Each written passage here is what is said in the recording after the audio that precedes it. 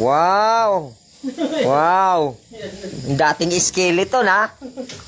Oh. Yung mga idol, dating skeleton to, pusti-pusti lang. Pero ngayon, ayan na. Oh. Dating natitirisan. Yan. May linoleum na. May pintuan na. Yan, oh. May pintuan na. Bagong gawa to. May pintuan na yan, oh. Next time na sa kaning kabanga.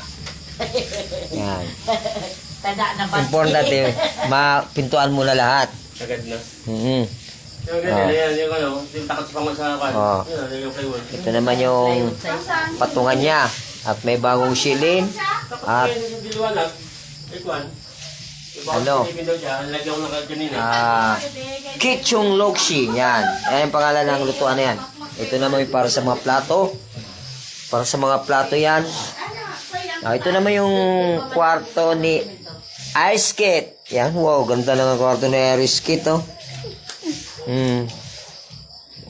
Kali ka ang kwarto ni Ice Kit. Yung anak niyang dalaga. Dalagketa. Yan. Safety na. Mayroon siyang bintana. Ito naman yung kabilang kwarto. Dalawang kwarto lang pero ayos na, ganda na. Kayo naman pintuan, oh. Yan na. Matitirahan, maistara nantig. Pinatapos to kasi 28 lilipat na sila, mga idol. Kaya kailangan matapos to ngayon. Yan, ito po yung main door. Ito po yung main door nila. Okay na. Assemble lang to mga idol. Plywood lang yung mga idol. Tapos kahoy niya na binili. Is 170 ang isang piraso niyan. May door lock na. May door lock na mga idol. Yan. Ayan. Tingnan nyo mga idol. Dating skeleton pero bahay na talaga. Buo ng bahay talaga. Ito yung bahay ni Marjorie Sanchez. Yan.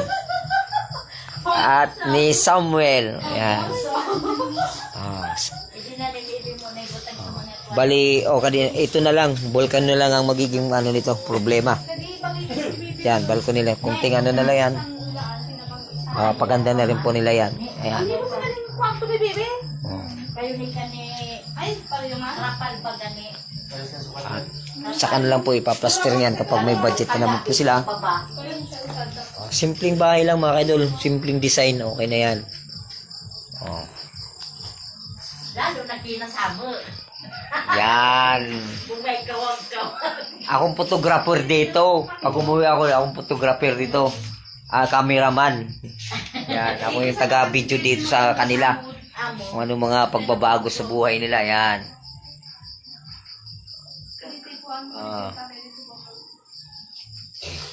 Ito yung bahay ni Samuel, oh. Yan, oh. Yan si Samuel, oh. Okay din ang bahay niya. Tatay Samuel Pamoso. Yan.